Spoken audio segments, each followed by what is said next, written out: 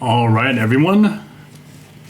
Good morning, good afternoon, good evening. This is Greg, the painter Cern on the grindstone. We are going to be doing a very short stream today. We don't quite have a lot of time because we are, I am going to be playing some Commander with a fellow streamer. And yeah, that's going to be coming up in about 2.5, 3-ish hours. But before I get to do that, of course, we are going to do this one stream where we're looking at an altar highlight and then the deck techs and all that we do aside from the usual Commander games that we play. But with all that being said, please feel free to follow. Scan that QR code, check out what I'm into and what communities I'm involved with, and read up on those tabs. Awesome. Don't forget to use my TCG Player affiliate link if you are on Twitch and want to buy singles on the site.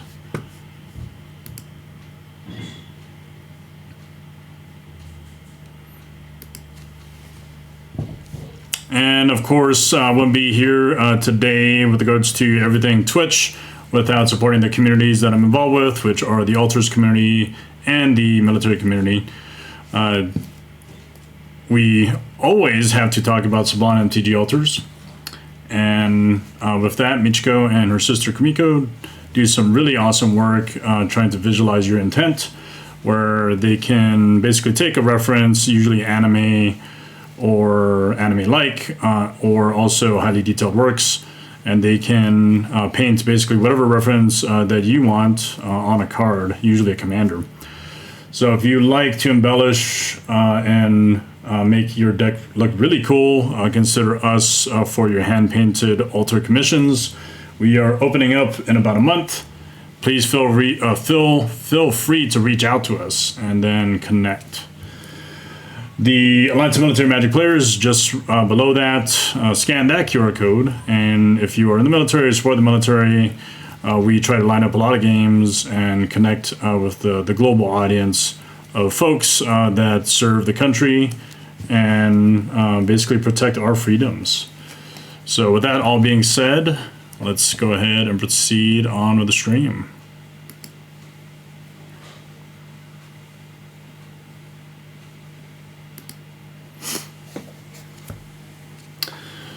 Thanks for stopping by. As I mentioned, we are going to try to cut this stream a little bit short just to get some airtime and make sure that we're ready to go for our upcoming games with our fellow streamer.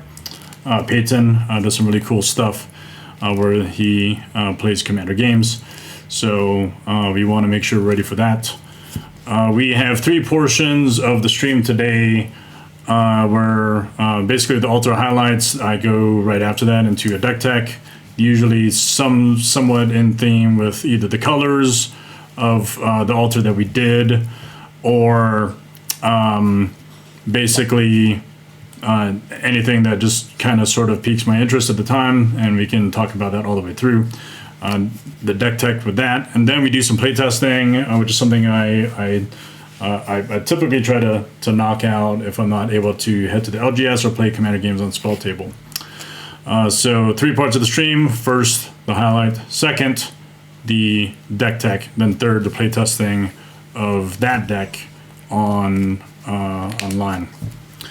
Okay, so let's talk about the recently completed altar, which was done by Michiko on the card called The Wandering Minstrel. So the client is an international client.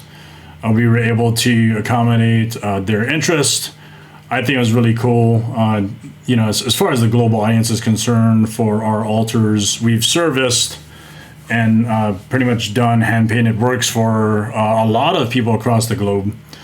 And we've had clients from Europe. We've had clients from Asia. Actually, we haven't quite had clients from South America, interestingly enough. But we have had a lot of clients from Europe, definitely a lot of clients from Asia, not just Korea and Japan, but pretty much we've had some clients from Thailand, we've had some clients from Vietnam, Taiwan, etc. So we support any and everyone that can reach out to us. And if we like their reference, we're gonna put it on a card and paint it for them. So here we have the Wandering Minstrel, and I'm not actually very familiar with the character herself, but the character that was selected to be replacing the original art is called a character called Nefer. And if I'm not mistaken, just doing a little bit of research, the character is from the game. Gosh darn it! What's the name of the game? Genshin Impact.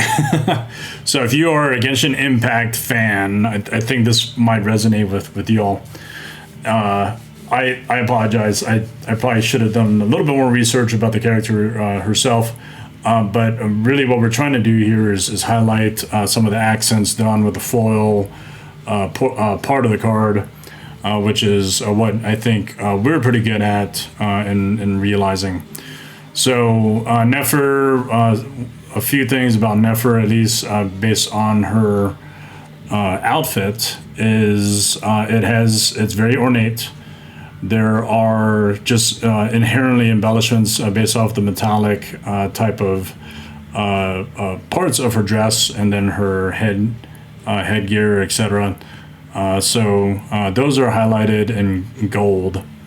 And then I think there's some sort of a sash, which I think has kind of a flashy effect that is highlighted in gold as well. And then Nefer also has a familiar that is a black cat in the background that also has some ornate features based off of the things that are placed on the cat's fur. Some really cool things I think I like about this altar are the fact that it's not just gold that we're showing some shine in. It's also the green / fluorescent yellow flare in either the triangles or kind of the streams that are emanating from the character herself. The client was very specific about using a reference, and Michiko loved it. She liked the idea. And this is on what we call an art replacement with extension. So if you look at our price guide on the Facebook page, you'll notice kind of what types of altars that we do. This one happens to be an art replacement with extension. We do full art altars. We do full art altars on foils. So this, we also do interior replacements, which are few and far between, but we have that option where we basically retain the outside border. As far as magic art is concerned on cards, they have the extended arts, right, which is essentially an extension of the original art. We replaced the original art on this card, which was a Final Fantasy character. I don't think I've played the game in which the Final Fantasy character is actually a part of. But Nefer, I think, was an awesome, solid choice provided by the client. And of course, one of the really great skill sets the team, Michiko and Kumiko, are on doing anime references. So what other parts of this are embellished? The eyes of Nefer, and then the cat itself. I think it's really cool. And the client actually asked us to do a shadow signing of the card. We don't have the markers yet, but they're coming in. We're going to go and quickly do that before we get this shipped out. What do you all think? What do you all think of this altar? Do you think it's awesome? Do you think it's suitable as far as the reference is concerned? Does it make sense? This is what we thrive on, achieving what I think the clients want. and of course ensuring that if it is in foil, we're going to embellish the crap out of this thing and make it look really pretty, because the ultimate goal, I think, at least in my mind, and I believe our clients' minds, is to express the deck builder. That person has the ability to express himself when not just building the deck, but also showcasing the deck. What kind of personality does the deck have? For it to be worth paying quite a bit of money on a card, right? So a lot of folks ask if the art that is painted on this is going to make the card thicker. You could see from the way the card is painted on that it is extremely thin. There's no indication that if this was shuffled into a deck, that it would be easily recognizable by the texture. But that's not really what the point of embellishing a commander is, right? You want to put it out there, you just want to show it. Is very unlikely that it's going to get shuffled into a deck. And so I think we achieved that. I hope the client really enjoys the altar. It's going to be on its way out the door tomorrow, and we're going to put it in the shipments going out. Temporarily, I'm just going to put this into the perfect fit, and then I'm going to place this into the magnetic card holder that we have. But we did promise the client that we do shadow signatures, and I guess that's technically an option that we can provide from clients from now on. It was interesting that it was asked of us, and we of course want to accommodate. But I'm gonna temporarily put this in the magnetic card holder before we get a chance to sign it, and then I think this will be turning heads at the next opportunity when this is played over there across the globe. So there it is, very quick, down and dirty. I think it's awesome. What do you think? All right, cool. We are going to go into the second part of the stream where we get to talk about the deck tech for Child of Alara. And so this Wandering Minstrel is probably the commander of a 5-color deck, and of course, as you know, the ability that it has, it makes it 5-color as far as the color identity. So that's why we're doing the second part of the stream talking about Child of Alara, because it is a 5-color commander, and I think it's a pretty cool deck. But before we get into the deck tech, I did also want to highlight that there is an altar in this deck, and the altar is using the character shown here from the Akira movie, which is a famous Japanese movie or anime back in the late 80s. I remember watching this as a kid, and I freaked the fuck out. And I remember that it was a crazy movie. And so I think nostalgically, I decided at some point this would actually be something that could be put on a card. And then lo and behold, not too long ago, I think this is maybe 3 years ago, I don't remember exactly when, but Tori Abdel of Magic Fantasy did this altar. And so if you're not following our page, definitely follow our page, Sublime MTG Altars. We're on all kinds of social media. But if you are following and want to follow other very awesome artists, consider following Tori Abdel from Magic Fantasy. So he put this out there. I think there was a period of time where he was stopped doing altars. And then when he started getting back on it, he put this out there for auction. I saw it on his page, and I said, hell yeah, I'm going to put in some bids on eBay for this. And I paid a pretty good penny for this. You know, the thing about great art is it deserves, a lot of time and effort that the artist deserves the amount of money that it could possibly attain. So really cool altar. Very highly detailed. When Tori Abdel did some great work in the past, Michiko and Kumiko just fell in love with his work and works, and I thought this was just amazing to have. So I beat out a few people on the bidding, and it worked out in my favor. I picked it up, and that was that. So follow Tori Abdel, Magic Fantasy, awesome artist, does some really great anime work, and you should follow him. Yeah. Okay. I don't think we really have time to like just go over the list on Moxfield. I'm just going to put the Moxfield link, but let's talk about the deck itself. So Child of Alara, it's a 5-color commander. It's a 6/6 with trample. When Child of Alara is put into a graveyard from play, destroy all non-land permanents that can't be regenerated. So what I want to say right out the gate is this does draw a lot of hate, because if Child of Alara dies, right, which means it's put into the graveyard from play, you could still, as a state-based effect, put it back into the command zone, so you'll get the dies trigger, and then you can put it to the command zone if you wanted to.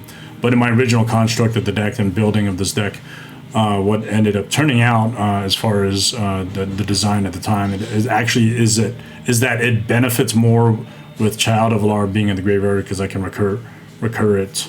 But there is always the option to just put it in the command zone. Anyway, this is kind of like your version of Nevinyrral's disc on a stick, but with the added bonus that it'll hit all non-land permanents, including things like battles, planeswalkers, etc. Right? Those things that Nevinyrral's disc can't normally hit.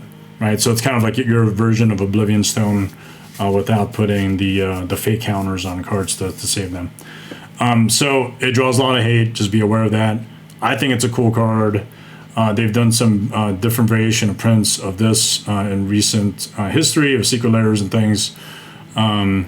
So there are multiple prints of this. I like the original Conflux version, which is what I picked up. So other than what he does, what you'll find in this deck is it has a lot of sacrifice outlets, right? Then there is some indestructible permanents, things on my side that I prefer to have in play. There's also a Persist sub-theme in the deck. And then there's a lot of different cards that are in the deck that benefit from things dying. So that's kind of the deal with that. The next few cards I just want to show are the interaction package, right? So I guess in terms of the methodology, I'll try to explain why I included some of these. What kind of bracket level deck is this? It, I think, is a bracket 4, and that really just kind of comes down to, well, first, are there what are the number of game changers that are in the deck? Let me just double check what Child of Alara is. At least objectively, based on the power bracket system right now that we have, or that Wizards of the Coast has. The bracket level, let's look at it. So Child of Alara is it's a bracket 4 deck because it has 6 game changers. So as I pass through these game changers, I'm going to be able to talk it all the way through. Okay, so our interaction package, right? I mean, this is bracket 4. I would say lower bracket 4, not high bracket 4. It does get annoying because you're destroying a lot of stuff all the time, and you have ways to bring back your child. Swords of Plowshares, right? So you want to get after and exile creatures. So we're looking at exiling creatures so that they don't basically go to the graveyard, and then if there is a recursion effect, that could happen. We want to prevent that from happening, so we play Swords and Path, right? And I think that's essentially very well known. I don't really have to go into that. One allows the controller to gain life, and then the other one allows the controller to put a basic land into play tapped. So Supreme Verdict, Wrath of God, your destroy all creatures type of effect. So if you don't quite have the sack outlets for Child of Alara, you're going to want to have a spell like this so you can destroy Child, and then that will then destroy everything. So I like Supreme Verdict, of course, because it can't be countered. It's awesome. And then Wrath of God. Now you're wondering, like, okay, so if Child dies, what happens to your stuff? Yeah, and we'll get into that shortly. Some things just won't be able to get recurred, right? They're not going to be able to come back. So if Child dies and you have a permanent play like Dictate of Erebos, it actually doesn't do too much in terms of just killing more creatures. It just kills everything. But if Child is not out, Dictate of Erebos is a good thing to have in the deck, because there are sacrificing effects that have activations in the deck, like Attrition, really cool card. So one thing I'll just throw out there right now is I like to embellish my decks. So a lot of the ones that I really care about, or I thought were really awesome to begin with in terms of my deck construction, deck builds, is that I want to foil them out or make them really cool or pimp it out. So this particular deck, 5-color deck, Child of Alara, my first original 5-color deck, I wanted to make foil, so I did. Attrition, pay 1 black, sacrifice creature, destroy target non-black creature. So not really great against black decks. However, if you want to sacrifice Child of Alara to this, you just end up killing everything. So that's kind of the point, right, of the sack outlets. I mentioned there's a Persist sub-theme, but we're still talking about interaction. So you'll see Glenalendra Archmage with its effect that has Persist. When this creature is put into a graveyard from play, if it had no -1/-1 counters on it, return it to play under its owner's control, the -1/-1 counter on it. So if it dies, it comes back in and just has a -1/-1 counter on it. But if it dies again, you won't be able to have it come back. So when Child of Alara dies, it'll wipe your Persist creatures from the board, but then they'll come back into play with a -1/-1 counter. So the interaction with Glenalendra is that it basically produces or allows you to use its ability to counter a target non-creature spell. Aura Shards is a game changer, naturally so. Pretty awesome card. This will hit your opponent's artifacts or enchantments. Now, it doesn't have to be artifacts or enchantments you don't control. You can target your own, but there's no reason for that anyway. You want to destroy all the things. So if Child of Alara isn't doing enough in terms of what the intended purpose of the card is for, then you have Aura Shards to make up for that. A little bit more on the interaction package again. So Ashen Rider is awesome. When it ETBs, you get to exile something. But then also when it dies, so when it goes to the graveyard, you can also exile something. So you get a twofer off of a card. And this thing will be able to beat phase as needed. It has flying. There are ways to cheat this out in the deck, I think primarily through maybe Omniscience, and then also some recursion effects. So when it ETBs, you get to exile something. When it dies, you get to exile something else. So I like old cards. And Legacy Weapon is a really cool card. And it's perfect for Child of Alara. Because if Legacy Weapon will be put into the graveyard from anywhere, it doesn't matter where it's coming from. It could be from play, it could be from the library, etc. You reveal it, and then you get to shuffle it back into the owner's library. So if Child triggers when he dies and destroys everything, this is in play, it'll just get shuffled back into the library. But you can pay 5 mana, probably fairly easily, to exile other things that are on the battlefield anyway. So those pesky things that keep coming back on your opponent's side, you want to exile, just like Swords or Path. You're doing that by paying 5 colors into the activation to use Legacy Weapon's ability. Okay, now we're going to talk more this time on kind of the draw package in the deck. So I mentioned there's sacrifice effects in the deck, and to benefit off of Child dying, why not draw also at the same time? So as an additional cost to play the spell, you can sacrifice a creature. Then you draw cards equal to the creature's power, and then you gain life equal to its toughness. So this can be done on Child, this can be done on a Persist creature, this can be done on an Ashen Rider. I mean, it's awesome. So you'll be able to draw more cards if you needed them by the time it's necessary. Bene Supremo. I don't speak Italian, so I probably butchered that. But this is one of Sheldon Menery's favorite cards. It was part of a secret lair. I think the art is amazing. It's in foil. And this also is another sack outlet to allow you to draw more cards. But then when you draw your cards, you go to the power of that creature. Kind of like Momentous Fall previously spoken about. You do have to discard 3 cards. So hopefully it's 3 cards that you can recur later. No big deal. There are effects in the deck that can do that.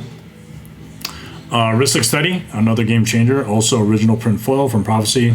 I think this is my only copy of the Prophecy foil. And when I picked this up, again, it was one of those times where it was very early on. So I don't think I remember paying more than like $40 of this.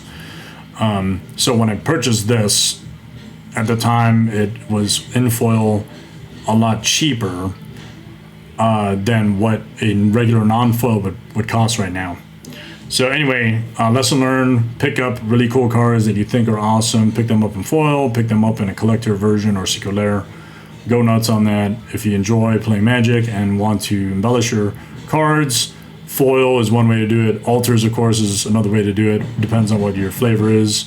Make yourself happy, play the game. Okay? So, Ristic Study, enough said. Whenever an opponent plays a spell, if they don't pay 1, you get to draw a card. It's a May ability, so you don't have to draw a card, but of course everyone wants to. Also, it's being considered, right, in terms of being looked at potentially for future bans. Who knows? No one knows how that's all going to work out. Anyway, then we have the next card. So Indestructible is a very small sub-theme in the deck. There are a few cards that are indestructible, but why not just have these cards around when Child dies and wipes everything out? Erebos, God of the Dead, you get to pay 2 mana into it to draw a card, but you have to lose 2 life. Harvester of Souls, great card. I know it's a 6-drop. Why are you playing this card, you might ask? Well, whenever things die, you get to draw cards. So this will also trigger if it also dies. But I'm sorry, this will trigger for all the other non-token creatures that do die. You get to draw a card, even when this thing dies at the same time those do. So you'll still be able to draw those cards. Another 6-drop creature, kind of in the same vein of, I think this is Avacyn Restored, the set. But there are a lot of effects where you get to put creatures back into play from graveyards, or they just come into play normally, and you get to draw cards. So that's a huge thing. Consecrated Sphinx, another game changer. Great card, obviously. 4-player commander or 4-player pod. Whenever an opponent draws a card, you may draw 2 cards. So, really, it's if this thing gets out, things get out of hand. By the time it comes back to your turn, you've drawn 6 cards between your opponents at least, and then back to your hand where you can, your turn where you can draw an additional card. So this thing, in my mind, can be a lot worse than Ristic Study, just depending on how it's all played out. Sphinx's Revelation, pretty cool in my mind. If there are cards that end up getting pulled from this list, this could be one of them. But nostalgically, I thought Return Ravnica, which is when I started really getting back into the game of Magic, and then Commander. This was that time, so very nostalgic for me. You get to gain life and draw cards equal to X. Then you have one of the more recent cards, of course, the One Ring. Indestructible. It lets you draw cards. There's no reason not to run this in the deck. If you can afford it, put it in. Embellish the crap out of your deck. I picked this up. It was the poster version. Also, pretty much on the cheap too. I don't know. It's crazy because a lot of these poster cards from the Lord of the Rings set, they dropped. Then later on, they went back up again. So what does that really mean in terms of collectability? You decide what makes sense for you. I wanted to own a poster version of this, and I picked it up. Draws you cards, tapped, put a burden counter on it, draw more cards for each burden counter that you have on it. You do lose life, and maybe to offset that, you play a card like Sphinx's Revelation, which are, these are both great cards in my mind. Okay, so we talk about Persist sub-theme. I want to go into all those Persist cards. We talked about Galena Lendra Archmage already, and now we're getting to the full swath of everything else Persist in the deck. So the thing about Persist is there are ways to make your Persist creatures go infinite with another enabling card. And one card that's not in the deck that probably could be is that new card from Final Fantasy, Celeste.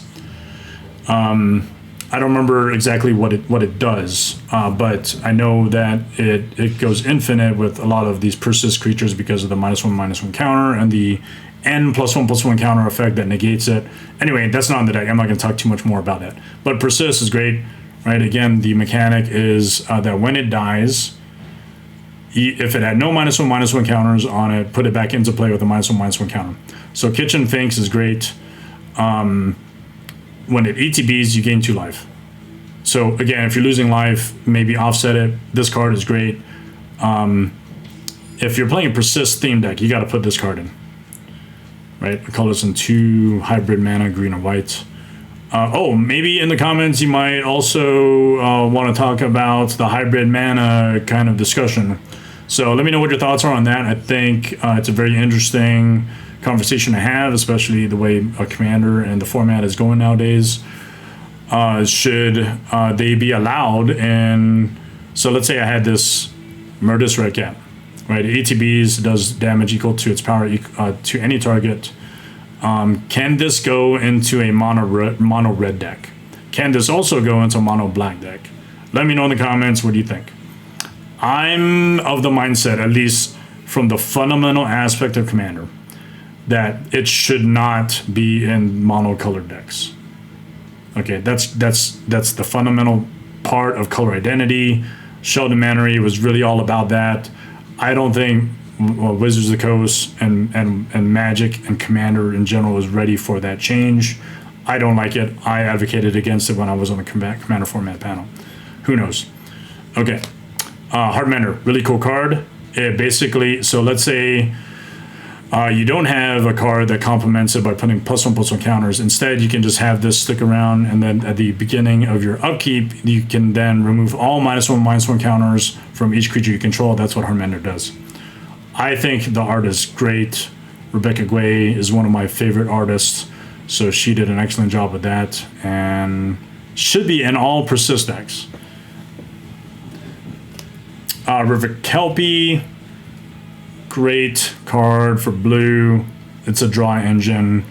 If you go infinite with the other enabling cards that negate the -1/-1 counters, you get to sacrifice creatures, they hit the graveyard, they come back into play from the graveyard, then you get to draw a card. So that's kind of this loop that you can get with having infinite draw by having River Kelpie, because that's what it does. Whenever it or another permanent is put into play from a graveyard, draw a card. Woodfall Primus, destroys target non-creature permanents when it ETBs, has Persist, 6/6 trample, pretty sweet body to have, but it costs 8, so I'll talk a little bit more about how you could get this out early when we get to the cards. Twilight Shepherd, this is an awesome card. I remember when I first picked up a foil version of this, it was pretty expensive, at least in my mind. The art, again, is amazing. A lot of this Lauren and inspired art and all that, I think it was great. So if you forgot about Persist, look at all the stuff from Lauren, and then buy those cards. Anyway, Twilight Shepherd, great card, because if you had a Birthing Pod, for instance, you could sacrifice Child of Alara to Birthing Pod and then find a 6-drop creature, put into play. And so Twilight Shepherd will be able to trigger and then have all those things that you had just destroyed, if you didn't have anything that was indestructible, to be able to be brought back into your hand.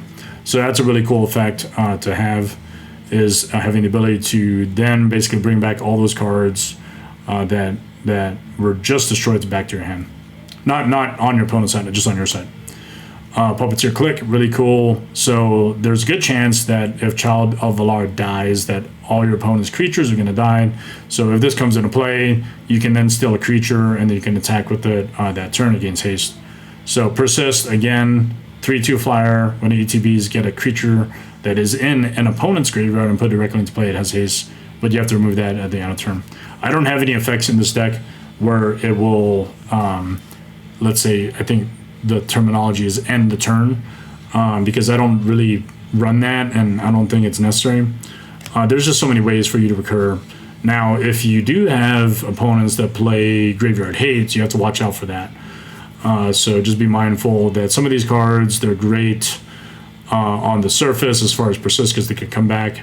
But if your opponent had something like a Leyline of the Void, which, you know, it's not like you plan for your opponents to have these types of cards, but it's something to watch out for. Graveyard Hate is the bane of this deck. Okay, so let's get into some combo enablers. I think back in like 2016, 2014, 2016, Modern used to play Persist heavy decks with Malura to be able to negate those counters. So what it does is, so if this is in play and you have some sort of sack outlet and a Persist creature, you can sacrifice that Persist creature, it comes back in, but instead of putting a -1/-1 counter, Malura prevents that from happening, so you can infinitely sacrifice your Persist creatures and benefit from the effects of those things happening, because Malura will prevent them from actually having a -1/-1 counter. Oh, and by the way, if you have opponents that play decks that use poison counters, you also can't get them. So kind of an interesting card, but it's not like you're going to sideboard this in. It's mainly used for its middle ability, where you can't have -1/-1 counters placed on creatures. On the same token of -1/-1 counters can't be placed on creatures, this one adds +1/+1 counters, but it can only happen when that non-token creature, when it enters the battlefield, if that it's bolstered one, so it adds a counter. I don't know. I'm not sure if this is a great card in the deck, but when it combos, it's great. Maybe it's just better to play Celis from Final Fantasy VII. Maybe I'll do that instead. So this could be replaced. 2/2, but yeah, it's infinite combo, and it's an infinite combo enabler, which is great. Now, how do you sacrifice your creatures? So if you can't destroy Child, or if you need something to do that, you can sacrifice them. You use Astronaut's Altar. Sacrifice creature, add 2 colorless for 3. Phyrexian Altar, awesome card. At the time, I wish I picked up more of the original print foils, because this almost always is a target. But what that means is a lot of people play it, and it does so much in the deck. Sacrifice a creature, add 1 mana of any color. Pretty awesome. Now, once you have creatures in the yard, or you have other creatures that could come back, you want to have a way of doing that. So yeah, Marche the Black Rose, right? Dethrone, whenever this creature attacks the player with the most life or tie for most life, put a +1/+1 counter on it. So this also helps negate those Persist counters. If you're attacking the player with the most life. And it also, so what it does is it gives other creatures you control dethrone, and then when those creatures die, you can return those cards to the battlefield under your control the next end step. So great recursion. If your stuff dies, then so be it, but it'll just come back, right, as long as it had that -1/-1 counter on it. So this actually would pair really well with Celis regardless, I think. Yeah, because it's going to keep coming back with counters. Whenever a creature you control with a +1/+1 counter, return that, yeah. So Celis and this would just be awesome to pair with. Maybe Anaphen's Kin Tree Spirit is just going to have to go. Okay, more recursion, Micaeus, pretty awesome. Now this, with the right sack outlet and a Persist creature, will net you infinite ETBs, infinite effects, whatever it is that happens. So you sacrifice a Persist creature, it can come back with a -1/-1 counter. You can sacrifice it again, and then you decide what you want to do with it, because you can bring it back into play because it'll also have Undying. So other non-human creatures you control get +1/+1 and have Undying. So it's a Lord effect on its own, but it'll give creatures that die, that are about to die, to have Undying. Also, whenever a creature you control, or whenever a human deals damage to you, destroy it. So it's kind of like your, I mean, there's a lot of cards that do that. It also has Intimidate, so you can swing in to non-black decks or non-artifact creature decks pretty easily. Okay, more recursion. If you're not using Mikaeus or those other cards, you can always play Faith's Reward, which is very similar to that Twilight Shepherd effect that I talked about earlier. So after you wipe the board with Child of Alara, if you have enough mana, just pay 4. Then you can bring all those things that you just wiped from your board back into play. So if you had like an Omniscience out, and you did a Child of Alara thing, hold 4 mana up, play this, bring it back into play everything from your hand for free. Pretty awesome. So a little bit, not so much recursion, but more like bring cards back. All Sun's Dawn, great card, should be in any 5-color deck. For each color, return up to 1 target card of that color from your graveyard to your hand, then remove All Sun's Dawn from the game. Awesome card. There are many opportunities to get all 5 colors from your graveyard. And then it says up to 1, so you don't have to have all 5 colors. You can have up to 1 of a target card of that color. Eternal Witness, I mean, pretty standard. Hey, regrowth spell on a stick. ETBs, you get to bring a card back from your graveyard to your hand, not to play. Yawgmoth's Will, DCI Judgefall, really cool. Honestly, when this is played, it's kind of sort of difficult, just depending on the amount of mana, which cards you're going to decide to bring back to play, because you want to get a chance to cast them. So Yawgmoth's Will, it's basically regrowth, except doesn't bring it to your hand, you just get to play them from your graveyard. Also reserveless, in foil, not cheap, cool card. I think it's awesome. Journey to Eternity. So this is a card that you want to put pretty much on Child of Alara. So you enchant Child. When the enchanted creature dies, return it to the battlefield. So Child of Alara will die, gets returned back to the battlefield, and then you get to transform this, which has a backside ability of it now becomes a land, right? And then if you have effects that can just kill Child of Alara again, control the board, all you're doing is, now that this is a land, you get to return Child of Alara directly into play by paying 5 mana. So I love this card. I think it's great. Perfect in a Child of Alara deck. When I think this is Rivals of Ixalan, when it came out, I thought this was amazing. It needed to go in. More Indestructible, so Xenagos, God of Revel. So another win con for this deck is if you're not persisting, if you're not playing, if you don't have Omniscience out, you could just get in for commander damage, connect for up to 24 on 4 or on 2 attacks. I think that's great. So that's 12 on one turn, 12 on another. Xenagos will give your creatures +X equal to their power, and then also haste. Now we're going to get into the series of cards where you get to search your library for stuff, and so it's very that list is short, at least for cards of a certain type, but not including Mana Ramp, which I'll talk about later. Demonic Tutor, search your library for any card, pretty standard. Academy Rector, you'll see me playing this in a lot of decks that need very critical enchantments to come out. This, when it dies, you exile it from your graveyard. You then search your library for any enchantment card, put it directly in play. I'm putting Omniscience into play. Okay. And I'm going to get into that later on, but that's what you want every time there is. If you can't get Omniscience because for some reason it's in your hand or it's in exile or whatever, not in your library, then you probably want to go for Mana Reflection, which I'll talk about later. How do you sacrifice Academy Rector if you don't have certain effects or kill spells like Wrath of God, whatever, Ashnod's Altar? You can use Diabolic Intent. Also, as industrial cost, right? Because when you play this, you have to sacrifice creature. You can do that for Child of Alara. Sack him, kill everything, search your library for the one card that you need. Maybe it's Fate's Reward, who knows, depends on the amount of mana you have.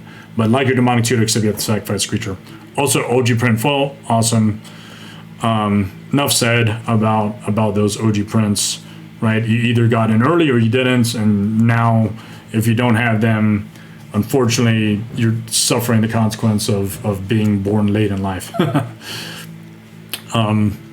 Breathing Pod, sacrifice your Academy Rector, get a 5-drop creature. Maybe you sacrifice your Child of Alara, get a 6-drop creature, right?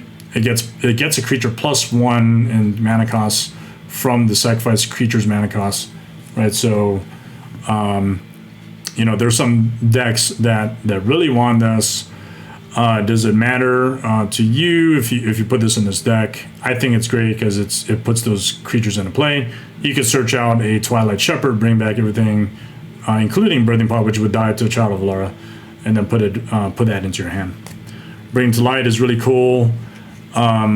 Search effect for 5 mana for any card that you need, as long as you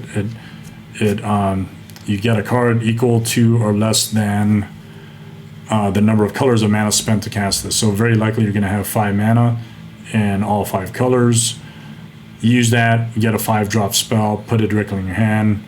And then you get to cast the card without paying its mana cost. But you have to exile the card. Okay, cool. So you're still searching for your library for certain cards. Conflux is amazing because if I had an Academy Rector searching out for Omniscience, I can now then play this for 8 mana, or not 8 mana because it's free, and I can search my library for 5 different cards of different colors. And so sometimes I might actually just want to search out a Runescarred Demon because with the Runescarred Demon as part of the black card requirement from Conflux, I can then search out my library for any other card, right? And just like Demonic Tutor, it's probably going to be a game winner. Defense of the Heart, really cool.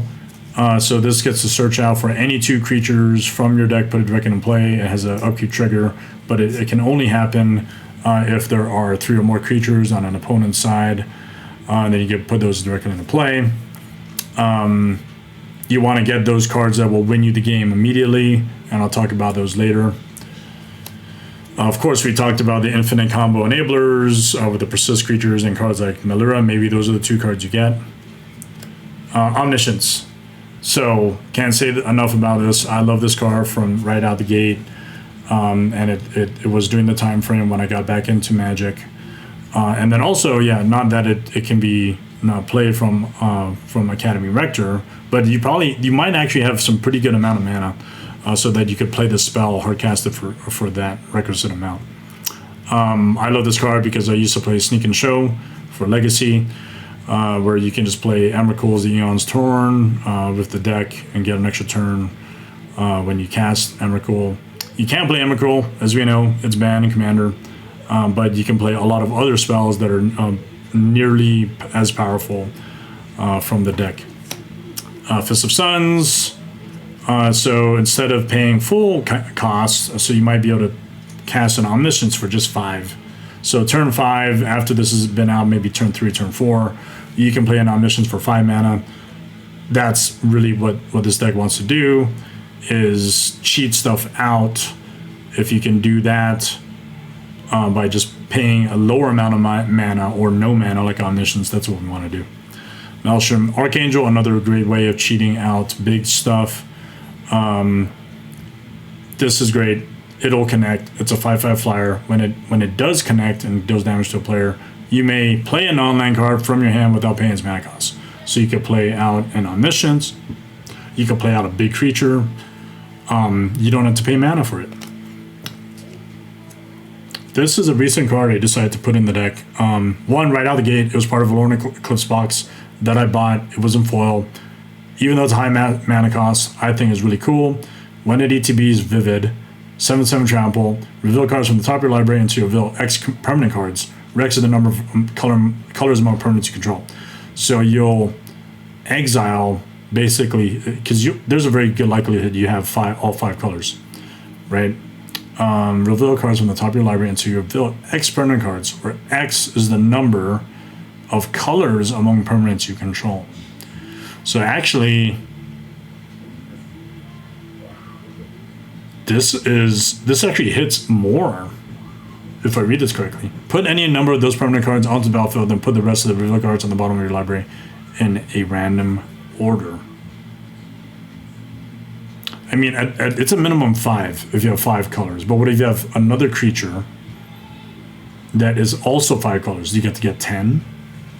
I don't know. I'm going to have to read the rules on that, because the way it reads, it sounds like it's just 5, but I think it could be more. Okay, now, one of the great things about putting Avacyn in this deck is that it'll make all your stuff indestructible. So if Child of Alara dies, it will destroy all of your opponent's stuff, but not your stuff. Now, God forbid, someone Swords to Plowshares your Avacyn, and then you wreck your stuff at the same time. But we don't want a lot of that to happen. But we don't quite have a lot of protection in the deck, to be quite honest, because I'd rather spend a card slot on the deck on a way to sacrifice Child, so it just destroys everything. But should I play a Lightning Greaves? I don't know. If it's enough to have make sure Avacyn stays alive, maybe. But I don't play Lightning Greaves, because it's not like I want to attack with Child. I want to destroy stuff, and Lightning Greaves, just unfortunately, there's no way for me to recur artifacts, from the effects in the deck. Road Spine Worm, huge spell, 11 for a 15/15. So if it dies because Child of Alara does that, then you get to get 3 5/5s. Pretty awesome. Then this gets shuffled back into the deck. Pretty cool. Blightsteel Colossus, Indestructible, 11/11, Trample, Infect, right? So all the stuff dies on your opponent's side. This still sticks around. It'll connect on that turn that you can do that, and then it'll kill off the player. Coalition Victory. So for the longest time, actually, I was fine with this being on the ban list. But when I was on the Commander format panel, I actually changed my mind, because I felt like 8 mana to play this spell, and you have those conditions. It's probably fine nowadays, and that's kind of what I went with when I started voting. But you win the game if you control land of each basic land type and a creature of each color. So you might have a 5-color commander creature on the board like Child. And if you have, by virtue of all the types of lands in this deck, you might have all of those to meet the requirement, you win the game. Bloom Tender, sweet card, sweet and OG print Eventide in foil. You net like 10 mana by like turn 6 by the time you have the ability to play out. And hopefully you can just tap that mana for an Omniscience. Chromatic Lantern. I've seen some videos where people bash this card. I like it. Even though I have a pretty good mana base, I don't mind. Now you might ask, like, okay, so what's the deal with you adding artifacts? You just talked about Lightning Greaves. It's kind of shite. But this is a mana producing card, and if it gets me closer to my goal, I'm fine with that. Soul Ring, obviously the must include in any deck. Lotus Cobra. You can play this turn 2 on turn 3, power out Child of Alara. Just by having a fetch plus additional land, you're good to go. You get 5 mana. Oracle Modiah. I just love this card. If I could put it in every green deck, I would. I just don't. Nor do I have the patience and money to decide to buy original print Zendikar foil versions. Playing extra lands, playing it from the top of your deck. That's what Oracle Modiah does. If that's what you want, great. I think it's great. Even if it dies, you might be able to bring it back later. You probably are in a position to have more lands than your opponents by having this and other spells in the deck, like Farseek, Kodama's Reach. Right? Now, there are, believe it or not, there are 5 basic lands in the deck. Crazy. One of each color. Primal Growth. So, because I mentioned there are 5 basic lands in the deck, if you don't find them already with Kodama's Reach, you can find them with Primal Growth. And oh, by the way, the kicker is sacrifice a creature. Sacrifice your Child of Alara, kill stuff, put lands into play, put directly into play, and then you're good to go. When you do that, if you kick it and sack a creature, search your library for, instead of 1 basic land card, you search for 2, and then put it directly in play. Also, they don't come into play tapped, so that's the other cool thing about it. Get a swamp and on the plains, play a demonic tutor, immediately that turn, you're good to go. Skyshell Claim, pretty standard, I think, for your ramp out decks. Search your library for up to 2 forest cards, so they don't have to be basic forest. It could be any number of either your shock or dual lands.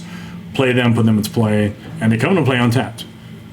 Just depends on whether or not you want to tap it or not, if it was like a shock land or whatever. Perilous Forays, this is a really cool card. Pay 1, sacrifice creature, search your library for a land card with a basic land type, and put it into play tapped. Then shuffle your library. So sacrifice Child, sacrifice a Persist creature, sacrifice as many of your Persist creatures.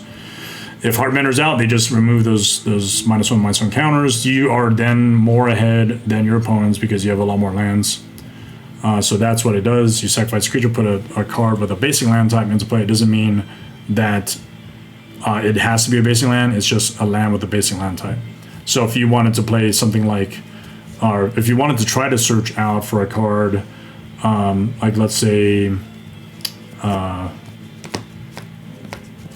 any one of those battle bond lands, you're not going to be able to do that with this, right? You can do it with your shock lands and your OG duels. Mana Reflection, just another way to power out a lot of your high mana cost stuff. Just for 6, if you tap a permanent for mana, including Bloom Tender, for instance, you get to generate double that mana. It produces twice that much. So Bloom Tender could just by itself produce 10 mana because that enables it to do that. Now we're getting to the lands, so very quickly we want to talk about those. Forbidden Orchard for the simple effect of producing any mana, but this also combos really well with Defense of the Heart, right? So if your opponents refuse to put out more than 2 creatures, you could give an opponent 1, and then that'll trigger your Defense of the Heart. But also, giving your opponent a creature isn't that big of a deal, especially if it's just a lame-ass 1/1, because you're just going to kill stuff off anyway with Child of Alara. Phyrexian Tower, so let's talk about some sack outlets that are available through the lands. Phyrexian Tower, tap it, sacrifice creature, add 2 black, sacrifice your Child of Alara, get 2 black, play out something really cool. Diamond Valley, old school Arabian Nights card, tap to sacrifice it. It doesn't produce mana unless you have, actually I took out Urborg in the deck. But you sacrifice a creature, this will never net you any normal mana. This is only for the purpose of sacrificing a creature. It could be anything, especially Child of Alara, primarily. And then if you have a card like Volrath's Stronghold, you just pay a colorless and a black and then return it. Put it back on top of your library, annoy the crap out of your opponents. And then for you, it's fun. For them, it's not, right? Sacrifice creature, gain life equal to its toughness. So you'll gain 6 life every time you sacrifice Child. Volrath's Stronghold, pay a colorless and a black, as I mentioned. Put target creature card from your graveyard and put it directly on top of your library. Reserveless card, not cheap, great ability. That's why it's awesome, and it needs to be in every Child deck.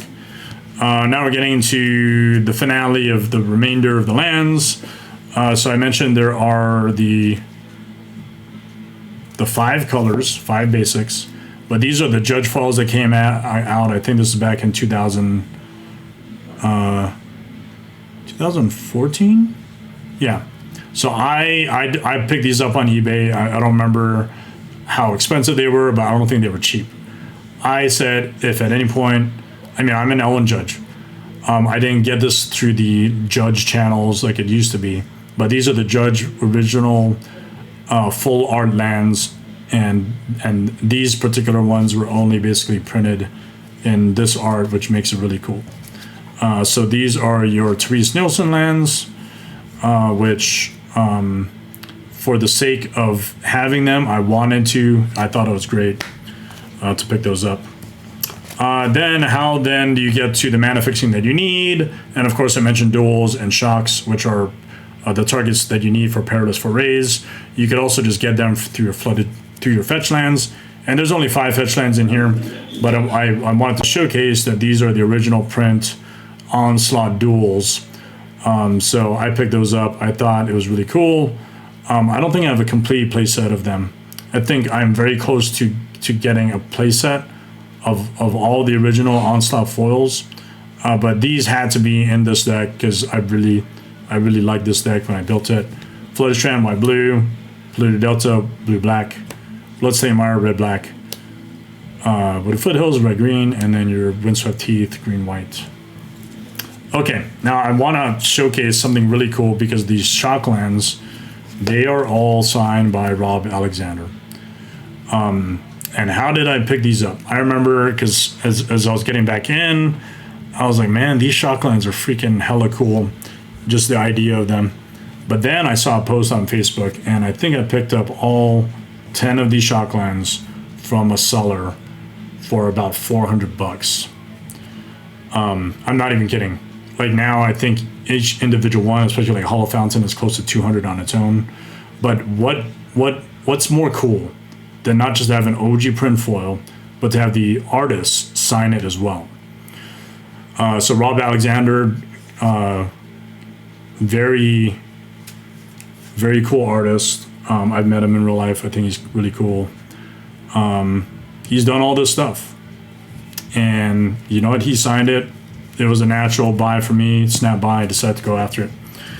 Okay, cool. Now we have the original print dual lands. Well, not original print because these are not alpha or beta or unlimited. These are the ones that are revised, but it is the requisite 10 that are in the deck, right?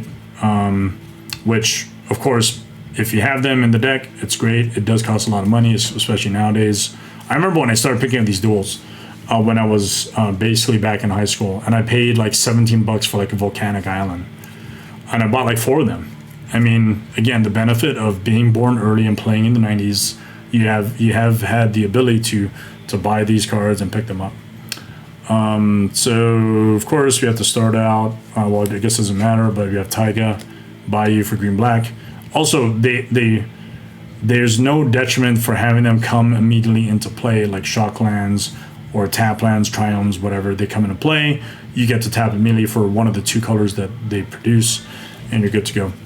Bayou, green white Savannah, Tropical Island green blue, Volcanic Island red blue, your Underground Seed blue black, your Badlands green black, and then Tundra white blue, Scrubland white black, and then your Plateau red white. Okay, cool. So that is the deck for Child of Alara.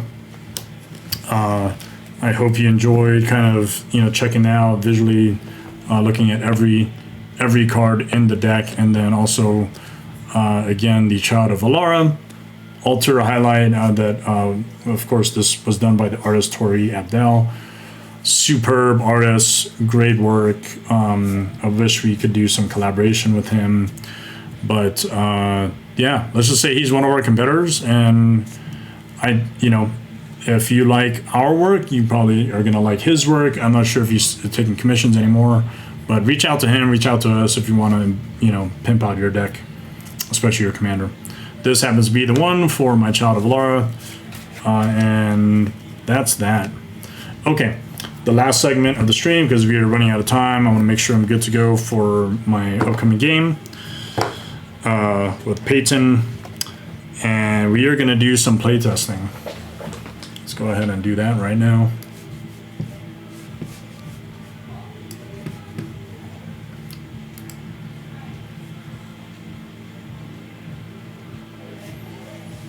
Okay, so we're playtesting. This is one of the decks where I have more than 33 lands. And just naturally, it makes sense to have more than 33 in my mind, because I have, I think, 1 card that just doesn't tap for mana, and that's the Diamond Valley, as I mentioned previously, right? Oh yeah, and these original print foils, they're not cheap nowadays, especially. So your Flooded Strand is probably hitting in the ballpark of $1,600 on its own. But yeah, Ristic Study, just a little bit more of some of the more expensive stuff. Ristic Study, original print foil, your Yawgmoth's Will, Judge DCI foil, etc. Really cool. Now let's get to playtesting. So with the stream, people you know, you might be curious how you can play this. You can do it with your physical cards. You could just shuffle your decks around, whatever, and then just kind of mentally play through it. Or you can have a PC or computer that has enough space on the monitor where you can simultaneously test out your decks. Okay, and the way to do that, at least in my mind, when the Moxfield interface and deck building site was built, I was like, oh, they do a playtest function. Why not just playtest the crap out of your decks? Again, if you want to check out any of the commander decks that I built, go to my link tree, click on commander decks, and then you can see what those are. In this playtest, I'll be playing Child of Alara, Azusa, Baator, and then Saskia. And I'm not really going to talk about each of the other decks, but as I play Child of Alara, I think it'd be better if I talk through those. And while you're just kind of waiting around, we're going to play some music, so enjoy.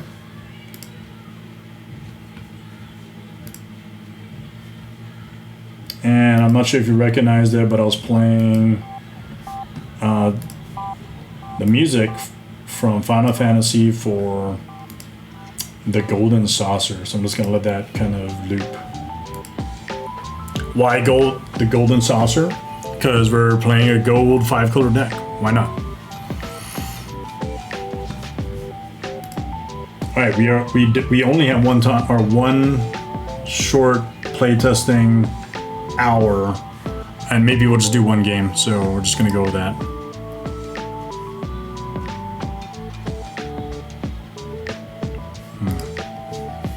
Oh, okay, these are actually all good hands.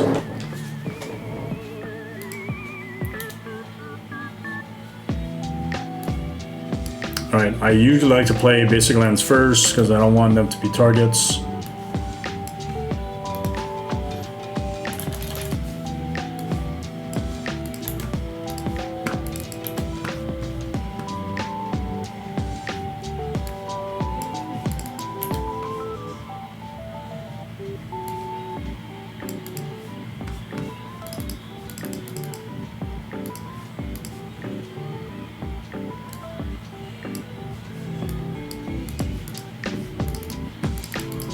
Now, if I had a blue source or an island, usually I like to try to play out blue cards, blue lands first, just so that there's this illusion that you might have a counterspell available.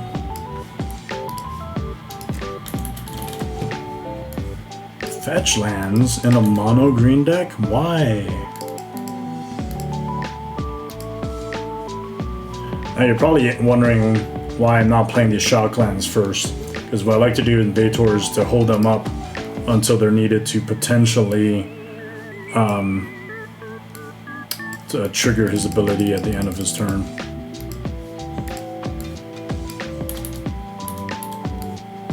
And Bloom Tenor is just an awesome card. If you can pick up as many of the foil copies of Lorna Eclipse, I would definitely do that.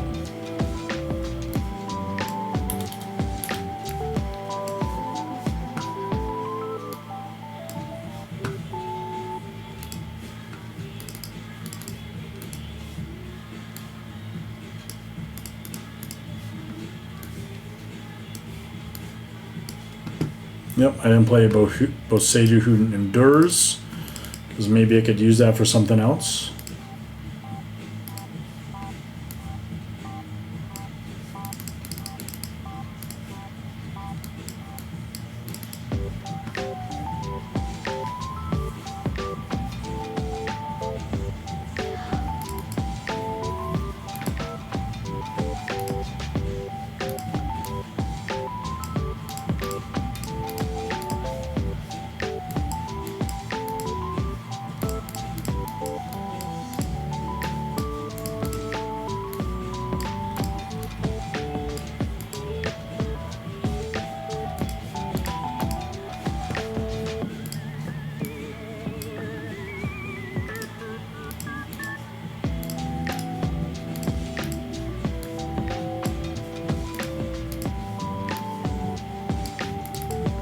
Alright, Ristic Study did its job. Got me 3 cards out of that one, but it had to die. Oh, well, there are 3 cards in the battlefield. Why not play out a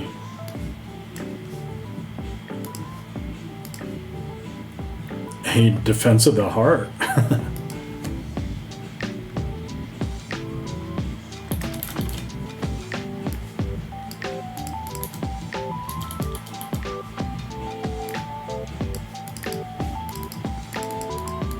Well, Seiju Who Endures, here we go. That's the reason why I kept it available. I mean, I guess I could hold that mana up. Let's see. Let's gamble a little bit. It did not pay off. Wait, maybe it did. 1 and a green. Okay, cool. That's fine. You can still destroy the defense because I have 1 legendary creature out. Do that for a green.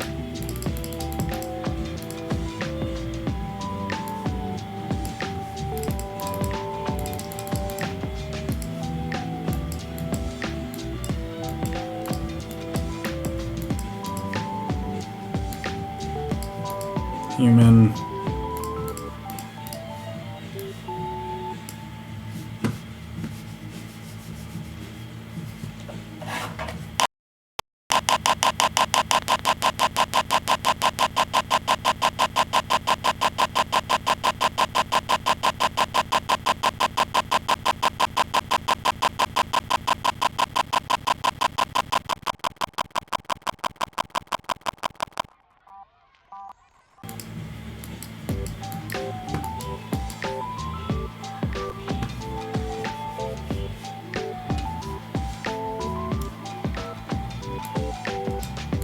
Okay. Let's see if we can get some things here going.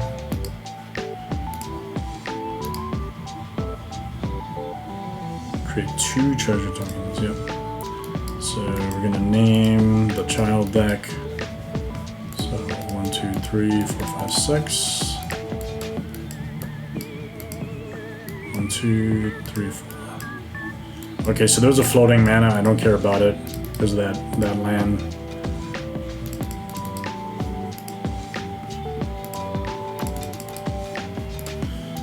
And we get 4 tokens. And we'll just spend it immediately.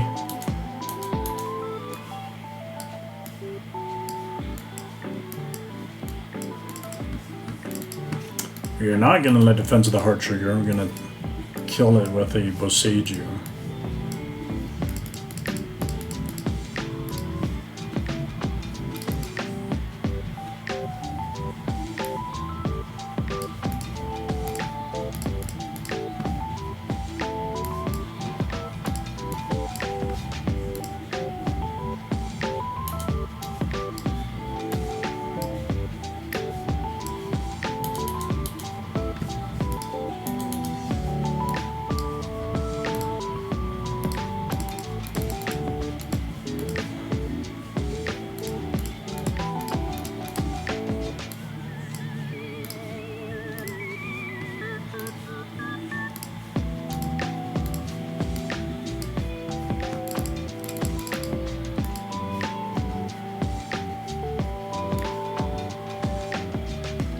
Oh man, I didn't realize it, but I could have played the Urborg and Cabal Coffers easily.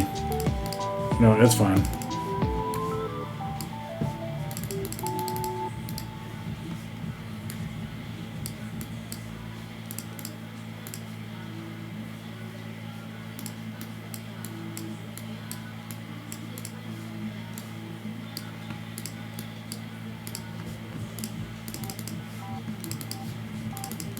Okay, so now we want to threaten the board a little bit.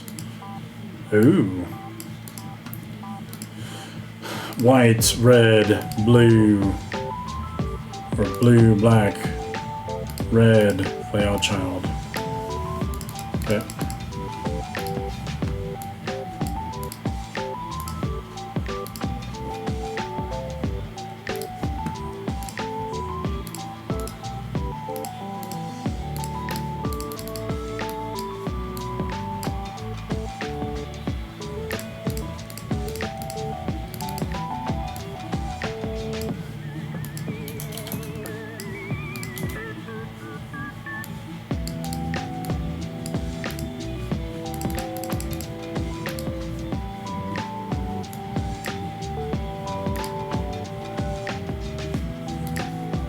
Now, I could have played out a Fiend Hunter, but I was waiting for something bigger.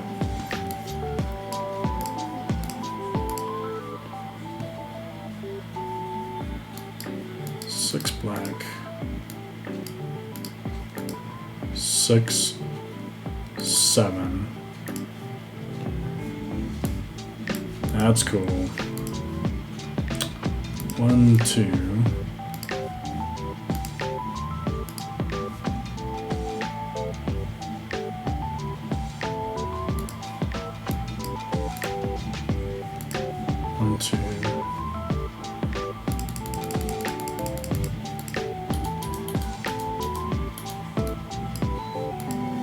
So I have 2 mana floating. 6 plus the 1, 7.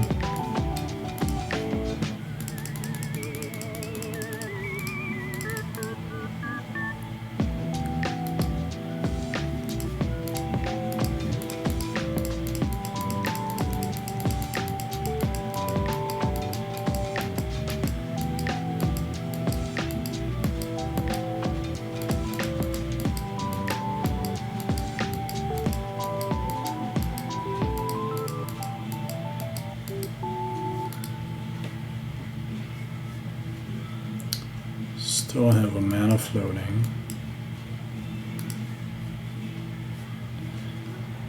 Okay.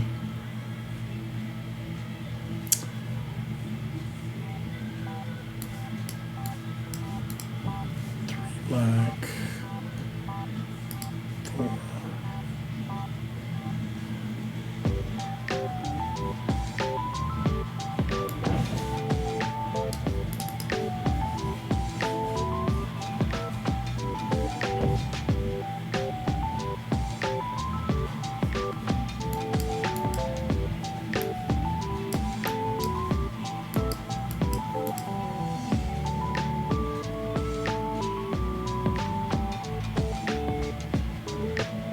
What do I want to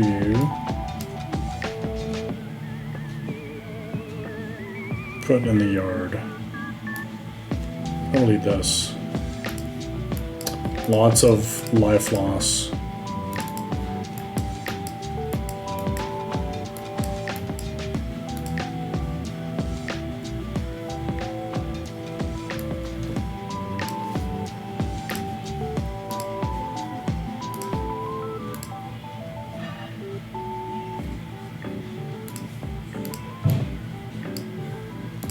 Only the child deck.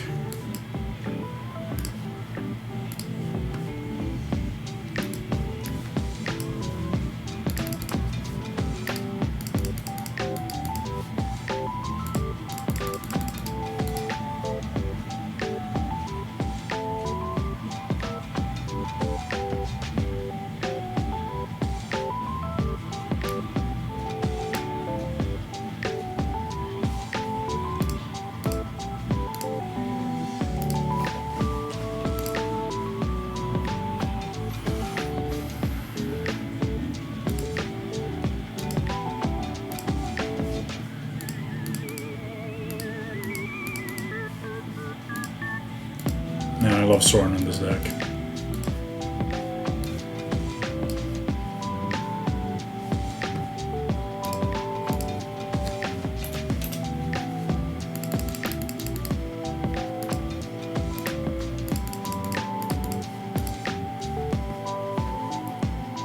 Alright, which are the cards that I want to keep?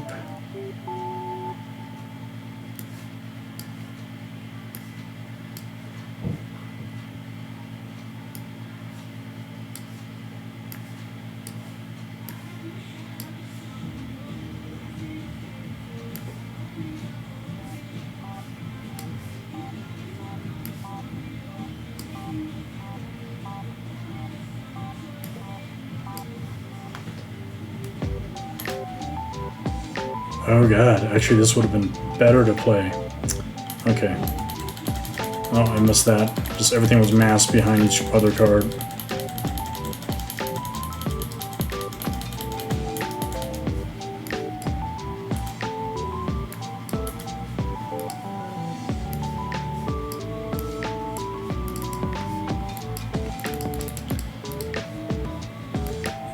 and I think it's actually a good idea to hit Fiend Hunter. Or Fiend Hunter hit Child.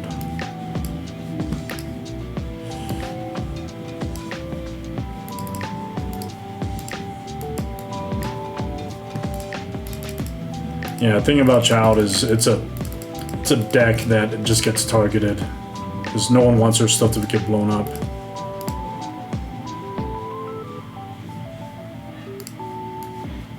Now, the cool thing about Academy Rector is if you're not at low life totals, you're probably going to like you're definitely going to have it up as a blocker, so people are less likely for you to, or less likely to actually attack into you.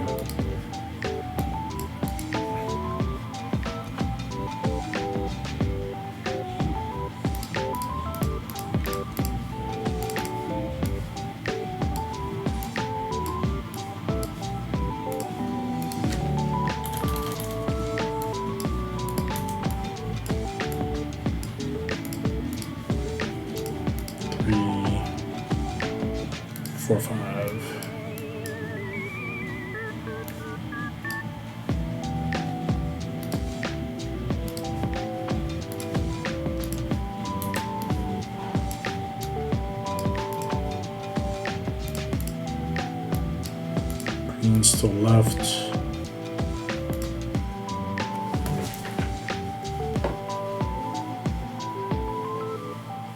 1, 2, 3, 4, 4, 5, 6, 7.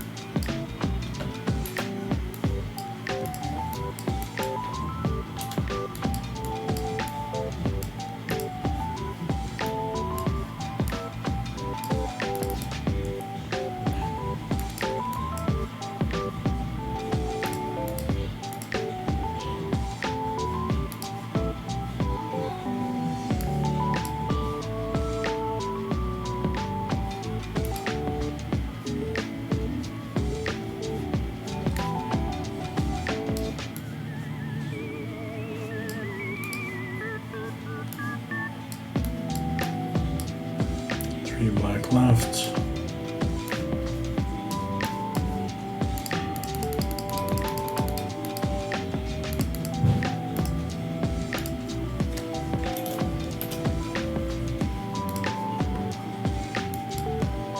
Two black left.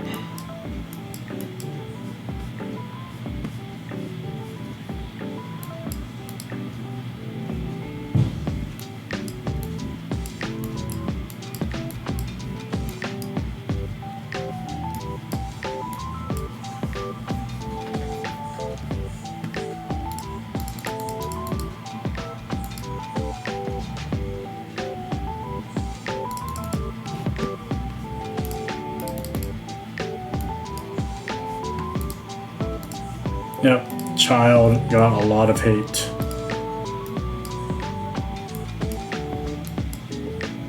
And I think it's probably fine to kill off Azusa. Actually, it doesn't make sense to attack that player. It makes more sense to attack this player. Kill the Azusa player with the Sorin.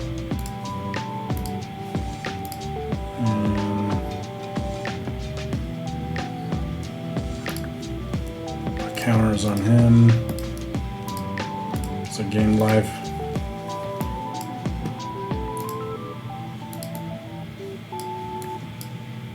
What does this thing do?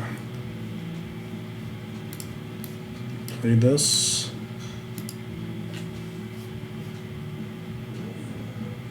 Cast it.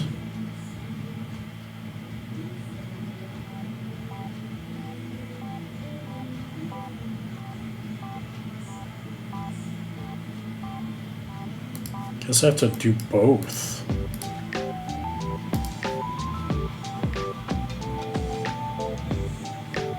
Seven.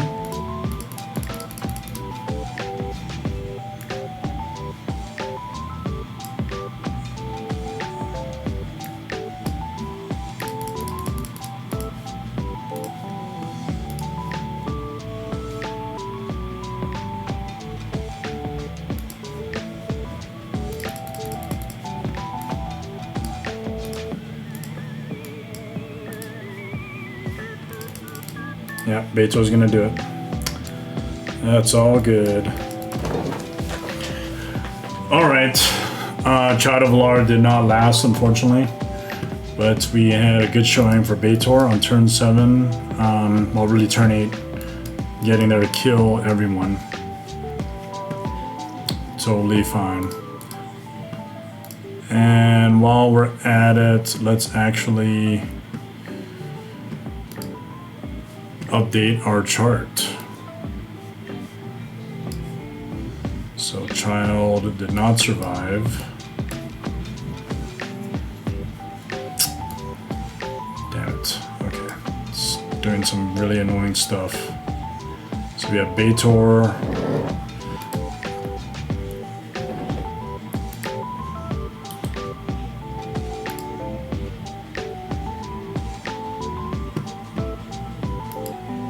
Oh, Betor got its win finally against Child.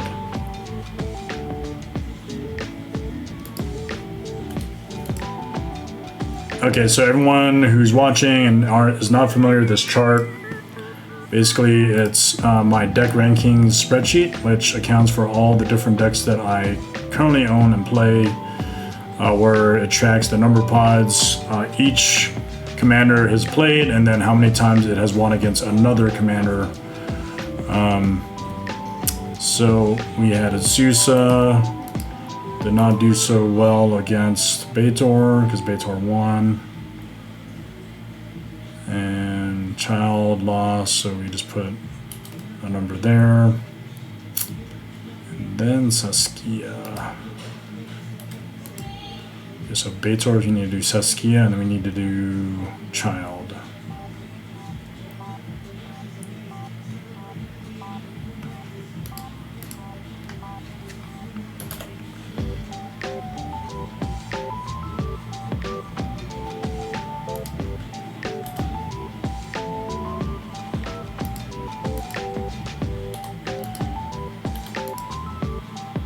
Oh, there's Child.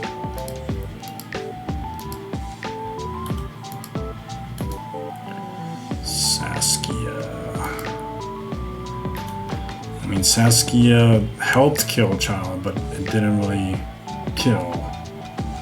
Actually, no, we'll just give the win against Child on all accounts. Azusa, and then Saskia as well. Okay. That is pretty much all we wanted to do. Just one game, unfortunately. We get to play this Child.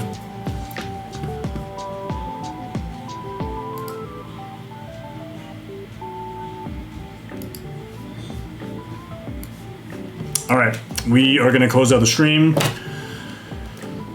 I like playtesting that way. It's one of the best ways to do it, I think. You know, there's a new game server type thing called Tabletop Simulator. Just want to briefly talk about that because a friend of mine introduced me to that. I think it's available on Steam. I'm going to give it a shot. Maybe that's one way to playtest decks online if I don't want to manhandle my cards. But you know, these are all options, things to consider. I keep track of all my playtesting, and you know, I think this is ongoing pet project of mine to keep updating that list, and then every time I add a new deck, I have to keep playtesting that, and putting those decks together, getting an idea of how well they can win against other decks. I mean, that's kind of the whole point, right?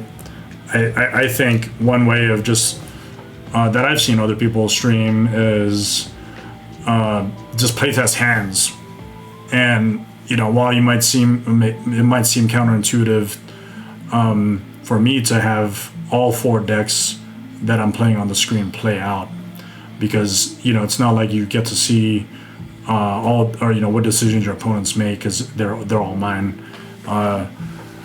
It allows you to think a little bit more about what you should play from your hand versus something that probably should not be played, because maybe those cards that are in opponents' hands might make a difference. You know, you just don't know. Okay, with that being said, we finished playtesting. That was the third part of the stream. The second part of the stream was looking at the deck tech for Child of Alara. If you like to destroy things, destroy non-land permanents, and like sack effects, that's the deck for you. Don't play it too often though, because it'll infuriate your friends and opponents. You want to change that out every now and then. Probably bring that out every so often, once in a blue moon. And then the very first part of the stream that we did was the altar highlight for the Wandering Minstrel, which I am going to break it out of the magnetic card holder because we need to do shadow signatures on it. But this is the card that is going out to the client. I think they're going to enjoy it a lot. Really cool foil embellishments. If you like that type of stuff, give us a follow. Give my page a follow. Follow Sublime MTG Altars. Follow the Painter Servant.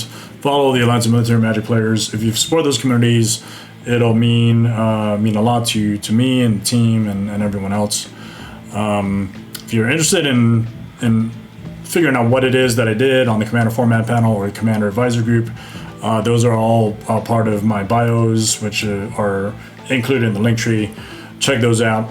With that, we are going to close out the stream. Thanks for watching. I need to prepare for my upcoming games with Peyton. It's going to be fun.